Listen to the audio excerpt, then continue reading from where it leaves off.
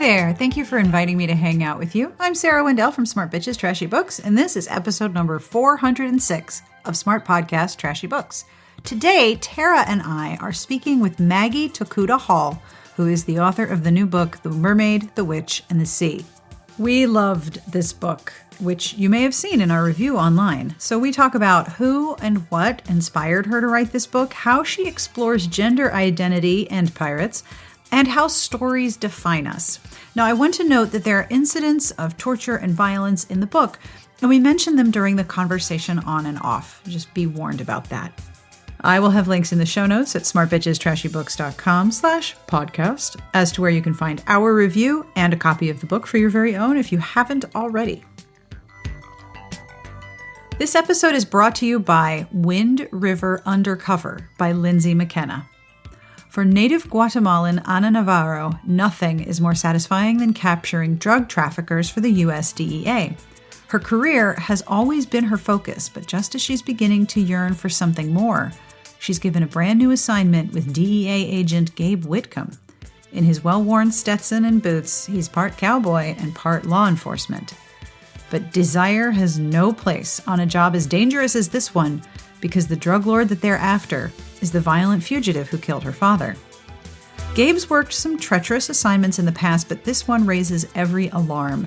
Posing as new ranch owners to uncover evidence where a local family has been recruited into a drug cartel, Anna and Gabe can only fight the heat flaring between them until they realize that building a life together in Wind River is worth risking everything for.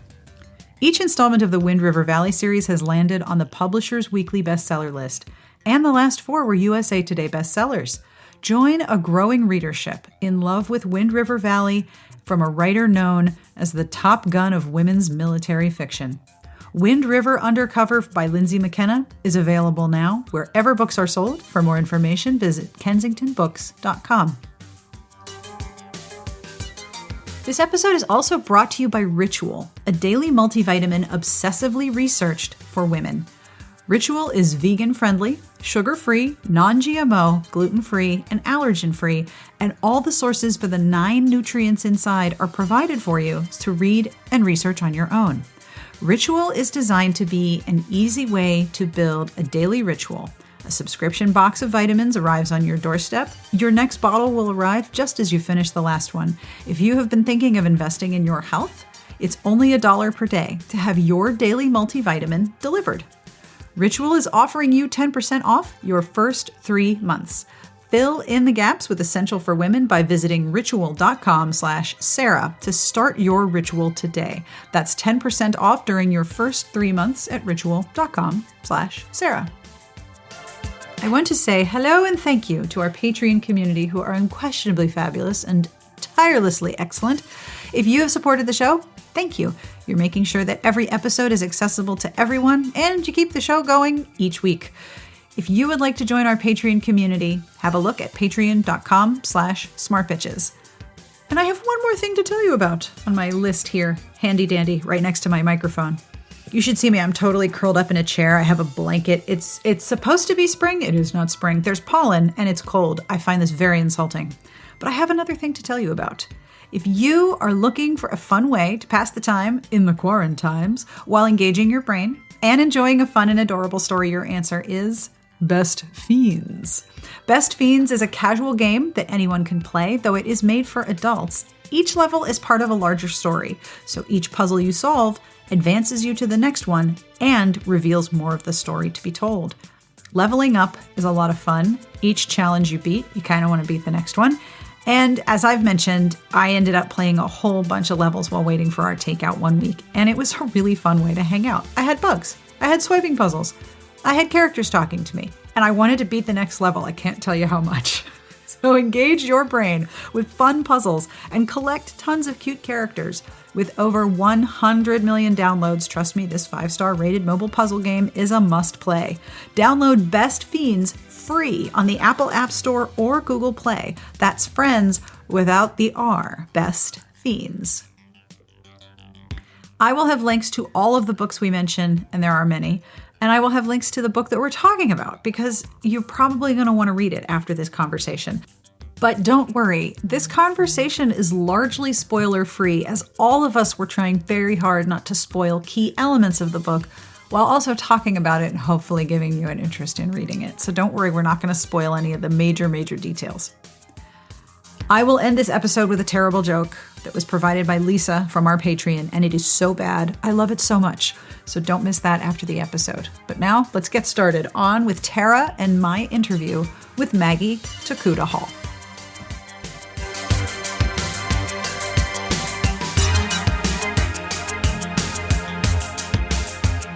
Hey, I'm Maggie Tokuda-Hall, and I'm the author of The Mermaid, The Witch, and the Sea, a mediocre amateur baker, and I have an objectively perfect dog. Every dog is objectively perfect, of course. Yeah. All right, if the dog enters the podcast, we will be very excited. Just please note that that's the case. Okay.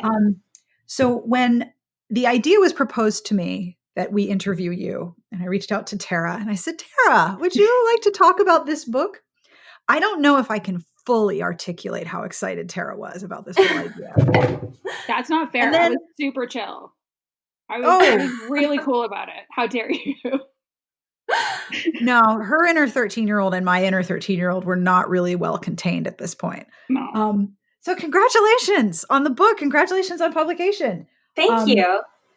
Has release week during the quarantines been a bit surreal? Yeah, it's bittersweet. I was an independent bookseller for like close to a decade. And I live in the Bay Area, and, I have a pretty tight-knit group of friends here. A lot of us are writers, and not having a release party was a pretty big bummer. But because we did a virtual launch, I got to do it with Charlie Jane Anders and Victoria Schwab, and that was so flippin' cool. So, 6 one way, half a dozen the other. Like, Victoria wasn't going to fly in from Scotland to come to my launch party originally, so so it was pretty cool. So it's weird, and I also I still haven't received my author copies, so I had to buy copies of my own book to see it. Oh no, that's right. All of their distribution centers are not operational. Yeah, and very fairly, they're like, we're not prioritizing free books right now, and I get it. That is completely legit. On the other hand, I'm a baby and I wanted to hold my books. Well, yeah. Did you still have that moment of, oh my gosh, I'm holding it in my hands? Yeah, it was very sweet. Actually, the mom of a little girl who I used to give pitching lessons to when I was in high school and played softball, and that was like how I made my money on the side, drove it over to me. Because I put up like a sad sack post, being like, I don't have my book to hold, but it's okay. And she was like, well, that's not right. And she'd pre-ordered it like 1,000 years ago and drove it over. And it was the kindest gesture. And it's different when you hold it in your hands, isn't it? It totally is. It's pretty cool. And it felt really different. I have a picture book that's out called Also an Octopus. And it came out in 2016. And I'm very proud of that book. It's illustrated by Benji Davies, and he did an amazing job. But it is a really different feeling when it's a novel. Like, I spent 8 years off and on working on this book. That's a really different feeling of it coming to fruition.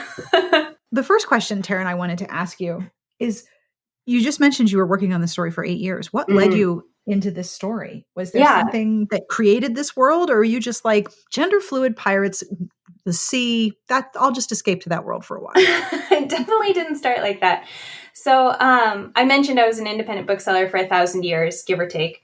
And in that time, I met this girl named Claire. She was an insanely voracious reader. I met her when she was 9 years old. And when she was 11, her parents hired me to start tutoring her in creative writing. And I love her. She's such a brilliant reader and a brilliant kid, and she's a brilliant writer. And now she's 21 years old. But when she was like 12 or 13, she was a really big fantasy reader, and it was becoming clear that she was queer. And one of the things that we talked about a lot was sort of like, man, I love this world. It would be really cool if ever the romance was not straight, like ever. So I started writing this book really just for her. That was my only goal. It's like, I'll write a book for Claire, and then she will have a fantasy that has like the queer elements that she wants and all the other things that she likes, like murder and kissing and magic and rules. She loved like a big stakes fantasy. And it took me like 8 years.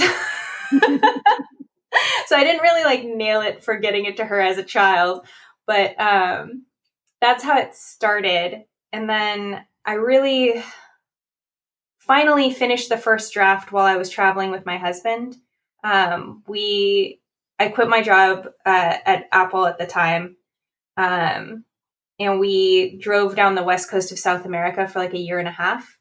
And I will say a lot of the settings and the kind of aggressively anti-imperial stance, anti-colonialism stance that the book takes comes from all that travel in South America. Wow. I mean, I can tell, but like lining it up like that, it's very, very clear. Yeah. That's pretty cool. I mean, I know I can kind of identify with that kid a little bit, because part of why I made like really big grabby hands when I saw the book on NetGalley is I mostly read FF books, and it's hard to find lesbian pirate books. And I found like it was so cool to read it and see, well, there's kind of that, but like there's also this gender fluid pirate, which really spoke a lot to me. Mm-hmm. So what I guess I want to ask next is, was there anything that you were reading that was also influencing when you were writing? And why do you feel like this is an important book right now? It's funny to think about it in the context right now, because I was writing it in really close to its current form like 4 years ago. So it was really the book that was on my mind 4 years ago. Mm-hmm. The books that I was reading while I was writing it were mostly nonfiction. I was trying to make sure that I didn't rip off anyone. I think it's really easy to do it by accident, especially when you're doing things like writing magic rules. And so the books that were most influential to how I thought about the world building in the story were Guns, Germs, and Steel in 1492. I mean, I did read some fantasy. I read N.K. Jemison's Broken Earth trilogy and Victoria Schwab's Shades of Magic.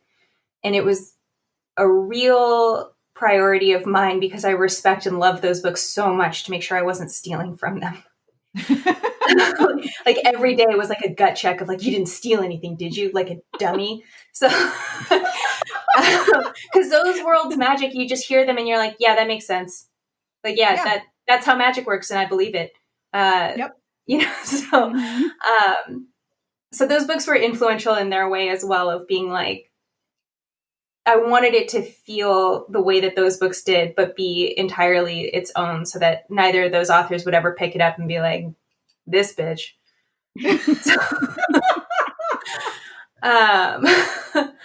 And for the different types of sort of gender identities that span through the book, because Florian or Flora is gender fluid or bigender and doesn't really like exist within binary gender, almost in that they identify as a man or a woman, sort of dependent on context. And so I sort of saw her as being like on a boat rocking back and forth. Yeah. And I think I feel that way. I think that's a really apt metaphor, because I feel for a lot of people that is the way that we feel about gender. I know for myself that's certainly been the way that I feel about gender, where it really is dependent on context for how I relate to that particular part of my identity. But I wanted to make sure that I wasn't devaluing the experience of like people who are non-binary, as in completely removed from the construct of either male or female, not bouncing back in between, or trans. And that's why the pirate supreme is they, them throughout the whole book. There's no question. It's just a different gender. And both of those gender expression or gender identities, I think, are completely valid and exist in the same worlds. And so I wanted to make sure that they existed in mine. I wanted to tell you that I don't talk about my kids a lot in the context of my website, but I took my kids who are preteens and teenagers to the pediatrician, which is a place I imagine you've been quite a lot because you have a small human. And our pediatrician has forms that once the kids are old enough to write, they have a form that they fill out where they get asked questions like, are you worrying? How do you feel about this? Do you wear a helmet when you ride your bike? And their intake forms now, and I don't know when they made this change because I hadn't seen the teenage ones, ask, what gender do you identify as, with multiple options plus lines to write in? What are your pronouns? And then it asks, what's your assigned gender at birth? And then there's multiple options as well to allow for all of the different variations of humanity. And I went to the receptionist. I'm like, this is amazing. And listening to you talk about characters who exist in multiple fluid or just permanent existence beyond the binary that we sort of grew up with, it makes me so happy that not only are there books like yours, but there's also forums that are like, yep, this is real. Just like magic, this is real. This exists. I mean, I feel like that's the direction we're all moving, is like very slowly kind of like throwing off the shackles of binary gender being the kind of standby rules that we could force kids into. And I think teens who exist right now are doing the work for us in a lot of ways of being really clear about who they are. I think the decision to make Flora gender fluid originated from me being concerned that if I wrote a strictly sort of like classically sapphic romance, it didn't give Claire, the kid who I wrote it for, room to change.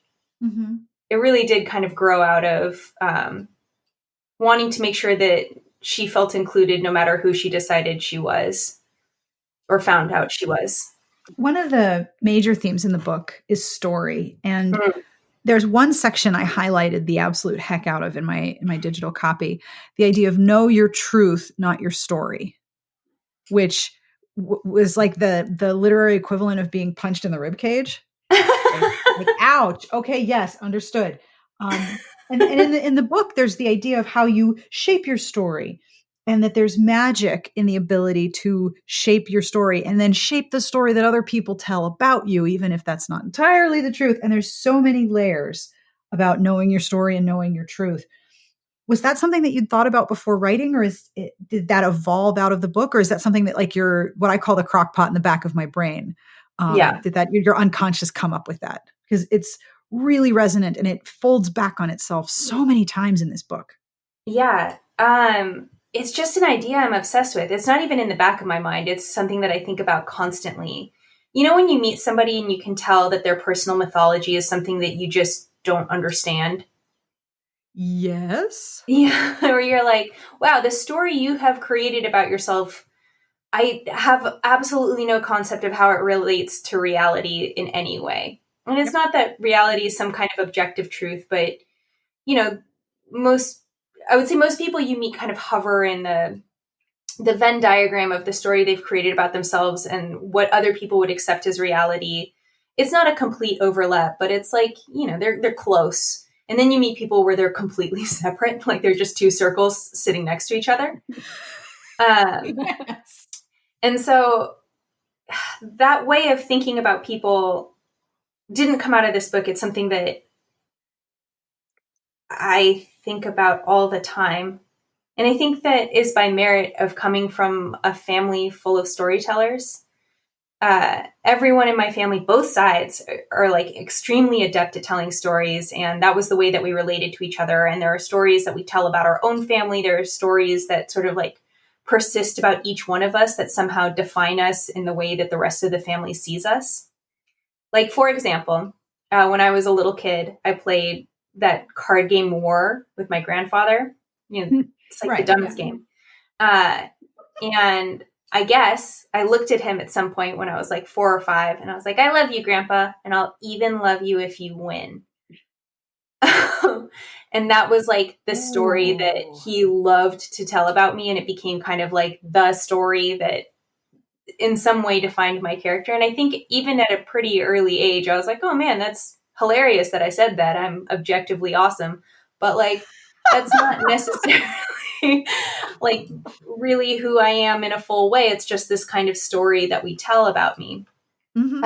And so it's something that I've always thought about a lot and always loved as an idea. And because I wrote the lion's share of the first draft of this story after the 2016 election, I was particularly tuned into the way that particular narratives didn't need to have a relationship with truth at all. Yeah. So long as they felt right to some people or justified something that they thought about themselves and the way that they define nations and the way that we think of ourselves. And so that was very much on my mind at that moment, because Trump is one of those people with the self-mythology that's just a circle standing next to the reality. It's so true. It's so true. That's really interesting, though, because it doesn't feel like anybody is using that like for ill in the book. Like, it doesn't feel like fuckery is happening as a result of it or anything like that. And I found that it was really empowering, the idea that there might be a story that's ascribed to you, but you can still work to change your own story in many different ways. Absolutely. I hope that it's super empowering to teenagers, particularly who are in the moment of their life where they're constructing that narrative the most consciously. But I did try to juxtapose it with stories about the Imperials and the stories that they tell about themselves versus the reality that you see in the world. So Evelyn comes in with a lot of baggage of like, yeah, we're the civilized ones. We go out and we clear out things that don't make sense or are unnecessary. And then when she goes into the world, she kind of sees the cruelty and the greed and, you know, the violence that kind of attitude begets. And I hope that it begs the question of, you have the freedom to tell your own story and to figure out what that is so that it is the closest to your own personal truth as you can find. But you should also be aware of the stories that are being told about nations, about groups of people, and know that those were constructed as well and may not have a relationship to the truth the way that you think that they do. Wow. Yeah, this is definitely like, if I know somebody that has a teenager, I was checking with like my boss and another coworker. I was like, how old is your kid again? And I'm like, buy this book. They can read it in 2 years. He's too young right now. Yeah, someone was like, I bought it for an 11-year-old. I was like, maybe don't. I think that's a little young. I appreciate every book sale, and I highly encourage anyone who's listening to this podcast to buy between 5 and 100 copies. But like, everyone knows their own kid, but I do think that 11 is a little young because I did purposefully write the violence to be horrific, and I did purposefully write the sex to be titillating. So it's up to you if you want your 11-year-old in on that. Yeah, my advice was, I don't know, man, your mileage may vary, but there is actual torture in it. Literal torture. Although, to be fair, that torture ripped straight from the headlines. Like, that's not something that they need to go past a paywall to be aware of in the world.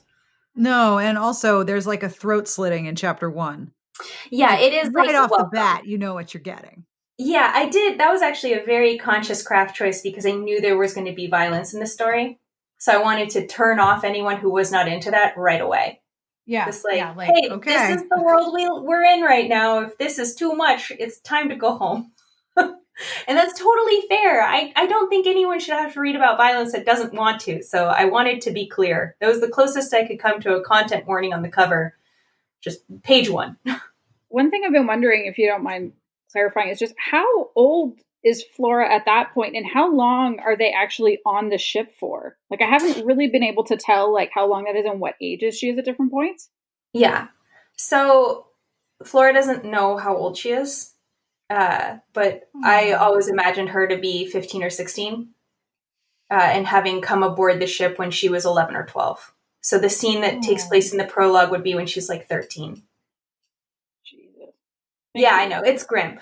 But, you know, colonialism and empirical building of colonies is like a happy fun time. So, yeah. Yeah, people loved it universally. It's good for everyone. Yeah. Very popular. Yeah. Oh, gosh, that makes my heart hurt for her all over again. Sorry. I know. I really... It's reality.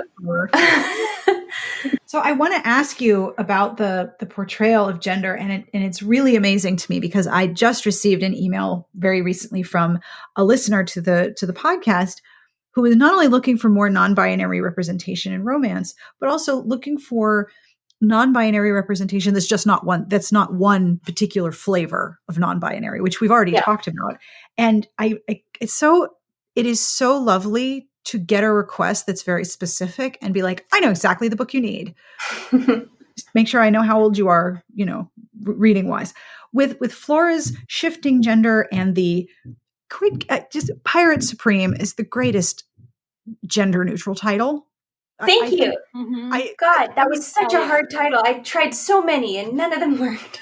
Thank you. Okay, so first of all people who wish to adopt a non-binary identity should be able to go by Pirate Supreme. Mm-hmm. And I, for a while, was struggling with the fact I live in Maryland, which is far enough south, and I went to college in South Carolina at a women's college. So I have a full vocabulary of sir and ma'am and when to apply it. But those are obviously gendered terms. And I couldn't come up with a respectful term to say you to someone. Like in Spanish, you would say usted, but there's nothing like that in English. So I was like, your eminence is good. Your excellency, also gender neutral. But now I think I'm just going with Pirate Supreme. That's what people are going to be called now. Yeah, exactly. So there are all these different ways of exploring gender in terms of freedom and limitation in the book. There are so many, like they like I said, they fold back on themselves. What led you into these characters, and what were some of the things you considered in addition to Pirate Supreme? Because you're really good at naming things. Oh God, I can't tell you what a relief that is to hear. I almost don't want to tell you them because you seem impressed with what I landed on. Originally, they were called the Pirate King, and that King was a gender neutral honorific, a la Patricia Reed's Enchanted Forest Chronicles, which I loved and were super formative for me. And my editor was like, that is a lot of layers down, and I think you're going to lose people. Like they're just going to think that they is confusing if they have a male, honorific or traditionally male honorific. And so, God, I basically emailed non-binary friends and was like, help me. And eventually we landed on Supreme. To the idea of how gender functions in this book, I feel like I have to point to non-binary writers who are doing really cool work in the science fiction and fantasy space, like J.Y. Neon Yang, Sarah Gailey, and Annalee Newitz are all super cool. And I don't know, I just feel like before I take up any space being like, here's how I thought about it, I should point to people who, these are more directly their stories and their point of view, and they're doing really cool work. When I thought about it, I felt like I was just chasing questions that I have from my own life. Like, why do we act differently with our gender identity dependent on context? I remembered being friends with guys in high school and feeling like they were totally different people with me than they were when they were surrounded by other men. The way that toxic masculinity is contagious and the way that it demands conformity and the way that violence can be a part of that conformity is something that's really confusing and interesting and sad to me. And so I don't know that I necessarily sat down to write non-binary characters in like a big way. It was more, with Flora I did, but the way that it ends up being in the book, I think is just by merit of chasing questions I still don't know the answers to. One of the things I thought was really interesting with Flora too is that as much as it was for her safety at first, how Rake kind of devised that for her, I thought it was a really kind of poignant and just really sad moment when she reflects on how it's also kind of a trap. Like she doesn't get to fully have any of the benefits of being male or female because of how she slips between the two. Yeah. Again, that's just chasing the question. That was like work that, or answers that I started sort of wondering about when I was chasing the same questions of like, what does it mean to be male? What does it mean to be female? What does it mean to perform masculinity versus performing femininity? What does it mean when you perform one that you weren't assigned at birth? What does it mean? Like all these contradictions, things that people do all the time. And so for Florian, like being male makes him feel like the performance of masculinity on the ship makes him feel safe, but he is still the smallest sailor on the Dove. Like his personal safety isn't assured, that violence is always looming. And I don't think that would go away even with an expert performance and the expert performance that he gives. So right now my brain has kind of spun off into, I'm trying to remember the name of the really, really, really bad pirate. Fox. Right. He was my least favorite character to write. What a bummer he is. That just rapist. The worst. Why did he end up leaving her alone? Why did Fox leave Flora alone? Yeah. I think it's by merit of Rake's protection. Like, Rake kind of forces the masculinity onto Flora as a way to protect her. And that's effective, but it's really Rake's authority that is the most potent protection that he has. Yeah. That was my reading of it. Even in the beginning, when Rake is the one who's very honest with Flora, or Florian at that time, that Fox isn't going to respect another person's autonomy just because they're a person. They're going to respect the boundaries of fear, like knowing the consequences from this other man, what they would be. Yeah, he's going to respond to toxic masculinity because that's the only language he speaks. Exactly. Yeah. Yeah, that's such a good way of putting it. Like, Fox only speaks toxic masculinity. Yeah, that's his only language. That's his only tool, which was why he was the least fun character to write. Even the Nameless Captain was more fun to write because at least he was like sort of deliciously an asshole. Or at least a flamboyant asshole is fun to read about. Yeah, like you can't have pirates without having one flamboyant asshole, is my opinion. And you know, and part of me wonders, like, why did you have to have a completely toxic masculine character in the story at all? And I just don't feel like I live in a world where that person isn't present, even in my imagination, which is so grim and so sad. So it may speak to like the limits of my own imagination, but like I genuinely don't see a world with violence and imperialism and magic and any of the things that are in this book without there being truly malicious actors of incredibly toxic masculinity. Well, I mean, colonialism is a giant manifestation of that same toxic inclination. Exactly. This idea that somehow daddy knows best. Yeah. Daddy state, daddy literally. I don't know how you want to look daddy at it. Church. Yeah. Yeah, but it's all bad. And I don't like it. In case it wasn't clear in the long-ass fantasy book I wrote about it. And I don't know if this is true for you, Tara, but for me, when I read Fox, I was like, oh, I know that guy. I mean, we all know that guy. Right? Like, you can't write a fantasy world without being like, oh, that one. Oh, yeah. I do feel like there's people like Becky Chambers who just imagine a better world. And I really appreciate her for that. It's so wonderful to see someone write hope through example, like in a beautiful way. And I do think it's like a limit of my pessimistic imagination that that's not the way that my mind works. Everything that's horrible in this story, all the most horrible bits come from reality. The torture scene, I hope this isn't a spoiler, and I won't say who it happens to, but someone gets waterboarded. And again, that's not like a thing I made up. That's not even a thing that has gone away. It's not even some sort of medieval torture. And when I looked into it, I found that that's actually a practice that goes back to Dutch colonialists in South Africa. I was like, of course it does.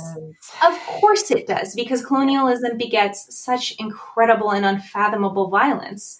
And so, I don't know, I do hope that for how horrible some of the things that happen to people in this book are,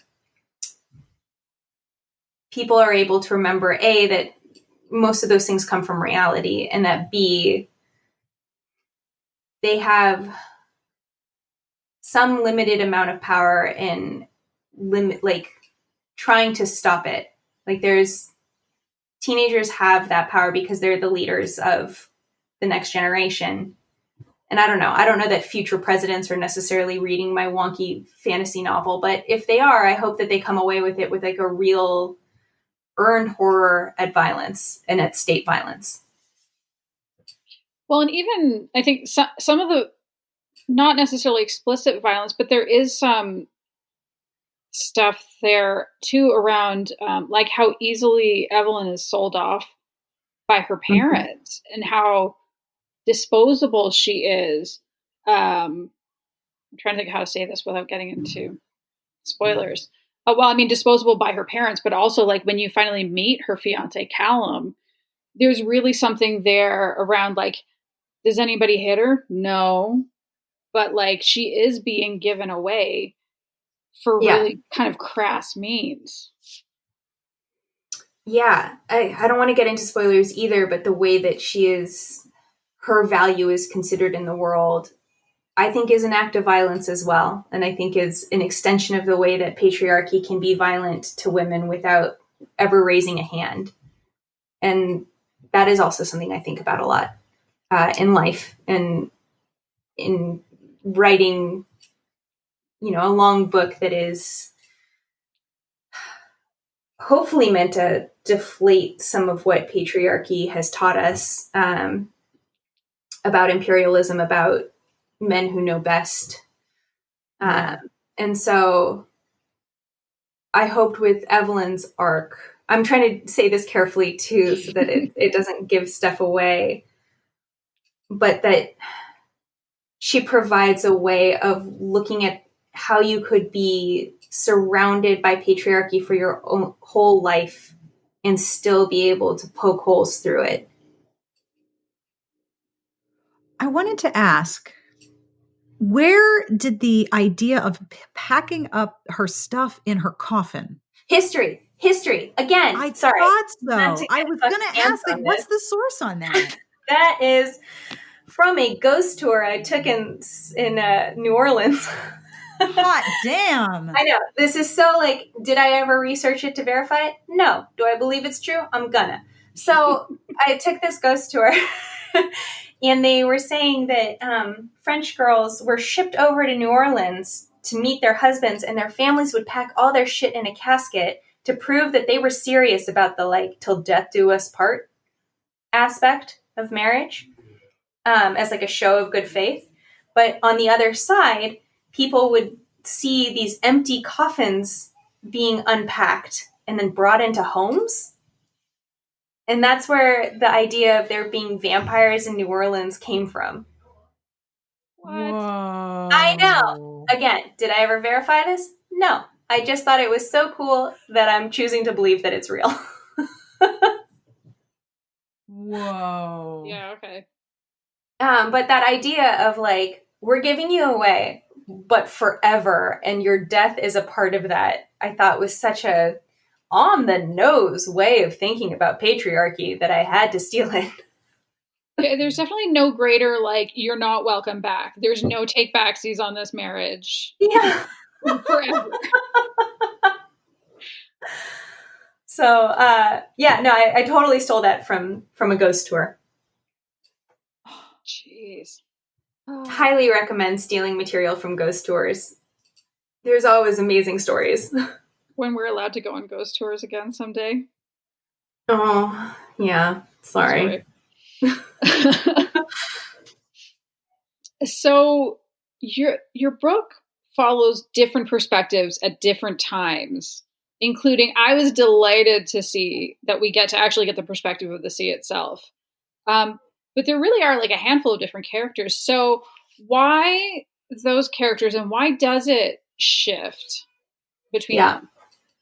So Flora and Evelyn, I mean, for kind of obvious reasons, because it's a love story between the two of them, and I think that they have equal parts in making it go. And, I wanted to live on both sides of that, because I felt like if you heard the story entirely from Evelyn's perspective, the inner turmoil that defines Flora or Florian's character would be completely lost on you. That would be sort of bewildering to a reader. And if it's told only from Flora Florian's perspective, you may never come to empathize with Evelyn, who comes from so much privilege and, is insanely lucky, and which her own brother points out, like, has had a pretty good run of good luck for her whole life. And so that was the decision to tell it from the two of them. And then one of the other pirates, and Genevieve, who is the Lady Heir's maid. And there were things that were happening in the story that Flora and Evelyn couldn't be present for. But if you show up all of a sudden and those things are all happening, the info dump that it would take to explain that would be so onerous and terrible that would be awful. And also, like, low-key, I'm hoping I get a sequel, and if I do, it's going to be told from Genevieve's perspective. Oh, that's what I was hoping. Yeah. I think she's one of the side characters who I'm most interested in. She's a person from Cork, which is a place that has been colonized brutally by the Imperials. But she has made the decision to, like, really go with the Imperial way of life. Like, she's super into it. Her mind has been colonized. And I think, if I ever get a sequel, it'll be about the decolonization of Genevieve's mind. Oh, yeah. Okay, well, you can tell your publisher that I enjoy it, and please write me a book. Thank you. Wow. Oh, and sorry, and the C, because that was fucking fun, man. Because it's my book and I can do what I want. And also because, like, I don't know, when you write, the whole fun of it for me is getting to embody something that you are not at all.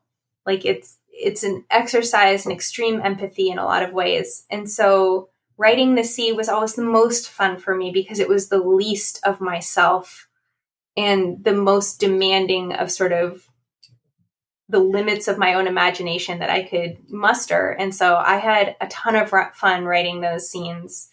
And I think it's kind of cool to think about a force of nature being something that is sentient. This is going to sound like a left turn, but I promise it relates. My mom's hobby is pulling invasive non-native plants from California state parks to reduce fire risk, because plants that are from California, that are native here, burn smart. Like, they're meant to burn every 2 or 3 years. So when fires happen, because it's a fire climate here, they go up and they come down really fast. With invasive plants like eucalyptus trees, they aren't meant to burn, even though they thrive in this environment. And so they will do things like literally burst into flames and make the fires way worse, way more destructive, and last for way longer. So this idea of nature having proprietary knowledge, like having memory and having it being optimized for something, was so cool to me. And that was where the idea for the mermaids being the sea's memory came from. I love that so much. That was one of my very favorite things about the book. When I read that, I was like, that is the coolest fucking thing I've read in a while. Thank you. And it comes from nature. This idea that, nature is so huge, it needs to kind of store its memory in these other beings, like within itself, like plants, or in this case, mermaids. And that when you take it away, you're robbing nature of this proprietary knowledge, of this memory. And there's nothing kind of more arrogant and reflective of the imperialist or colonialist attitude than that way of just coming into nature and ruining it. Being like, well, I want this, so this is the way this is now. And so I thought that was kind of a cool way to explore that. Can we talk about the mermaids for a second? Please.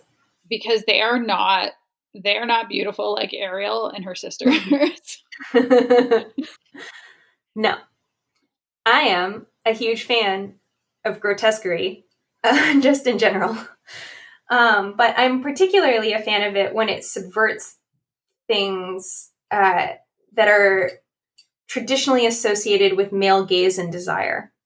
And there's nothing more closely entwined with that than mermaids. Like the idea, like they embody so much of our ideas about the ocean being beautiful and sexy and having all this mystery and this like mysterious female body. Where is her vagina? Nobody knows. Like that kind of aspect of mermaids, I don't actually find super enticing. And my experience in a female body hasn't been one that is beautiful and mysterious. It's been gross. And so when I thought about representing something that is in itself sort of a cipher for the way that we think about both female bodies and nature and the ocean, I had to get gross with it. It just had to be disgusting. I love that so much. I got just like a tiny digression. I had my head almost pop off with anger earlier this year because we showed The Little Mermaid to our daughters. I have a 5-year-old and an 8-year-old. And the 5-year-old after that was like, yep. And now I know that like mermaids are basically princesses and boys can only marry girls. And I'm like, how the fuck did you get that out of an hour and 20 minutes? Oh boy, God. That's brutal. Right? Like the Disney industrial complex.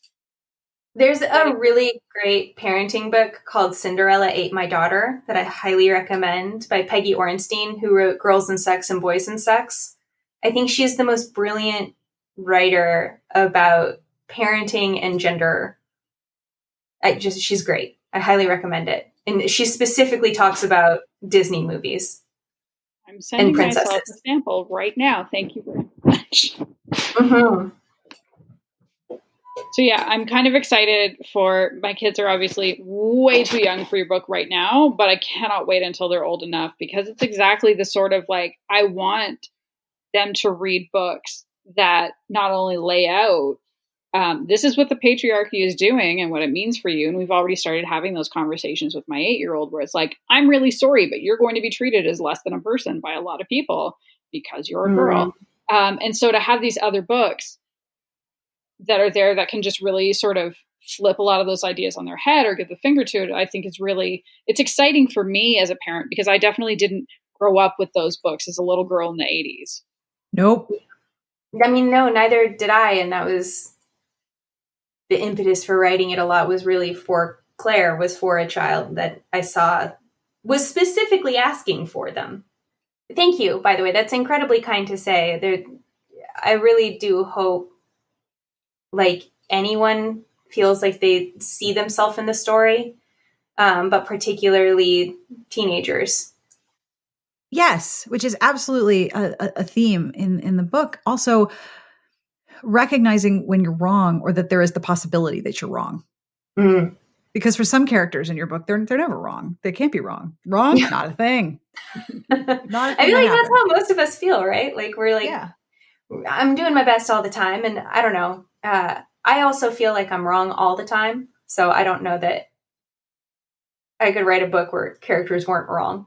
I feel like the harder a stance I've taken about something, the more gloriously I'm proved wrong in the long run.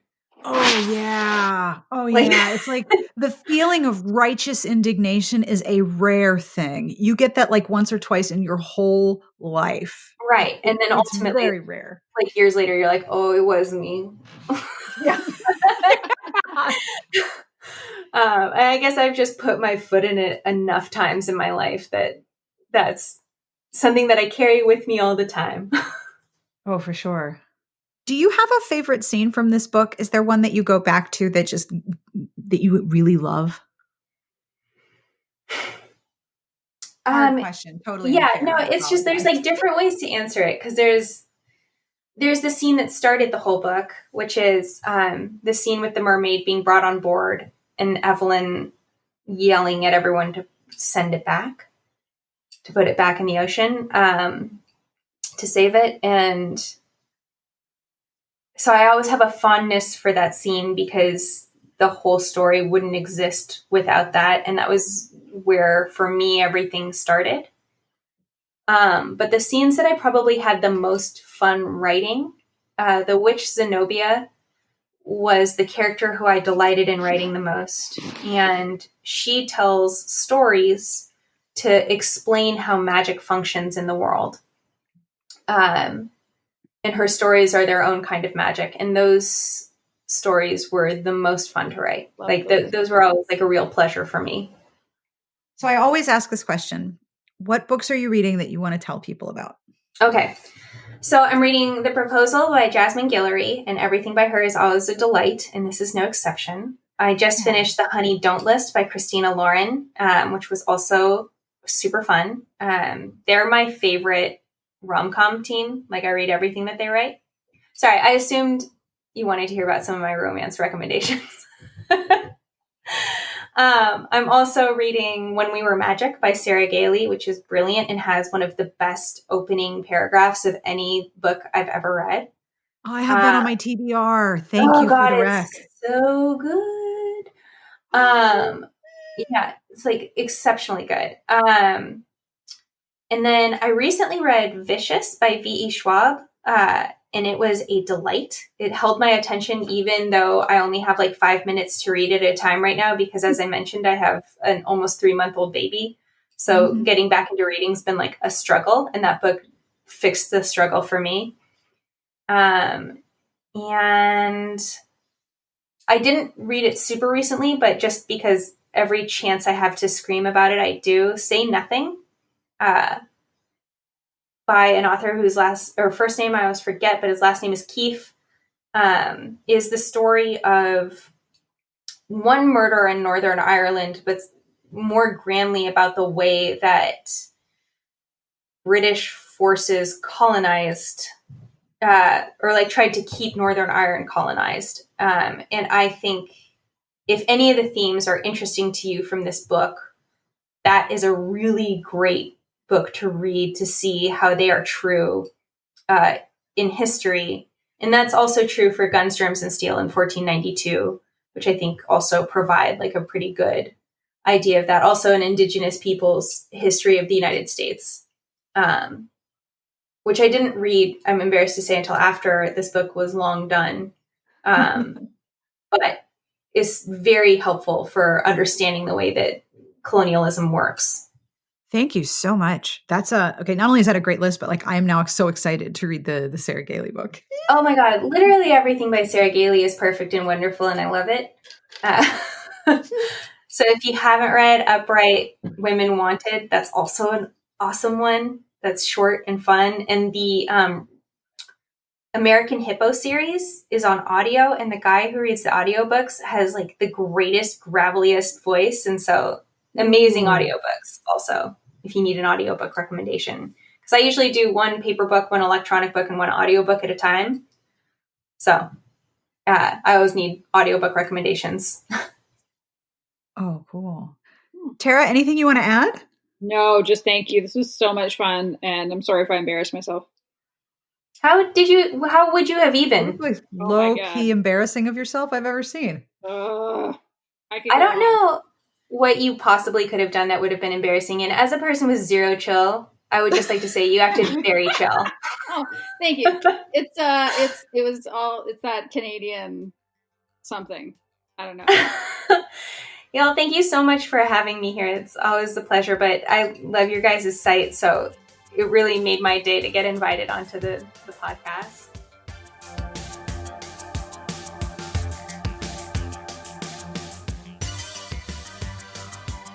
And that brings us to the end of this week's episode. Thank you to Maggie for hanging out with us, and thank you to Tara for connecting with us. We had several time zones involved in this, and I'm amazed I did the math correctly. So thank you to my brain for doing the math.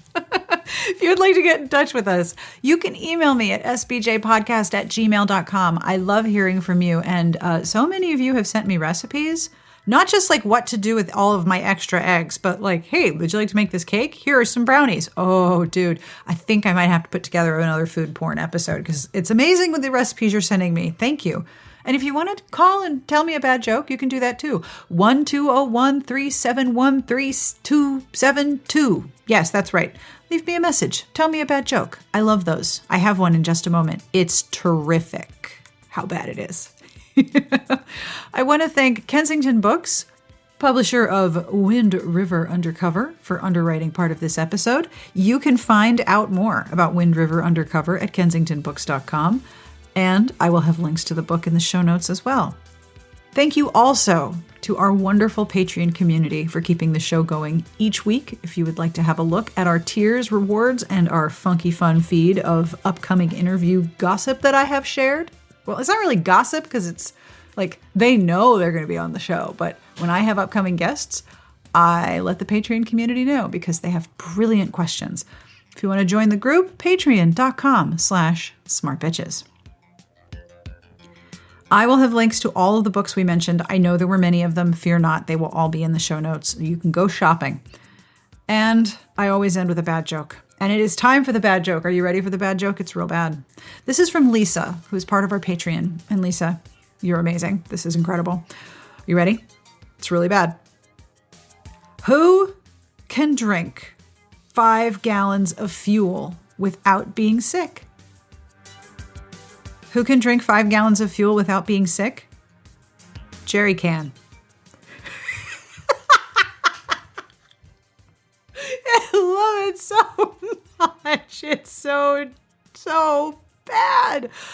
Jerry can. Thank you, Lisa. You are unquestionably fabulous. Oh gosh, Jerry can.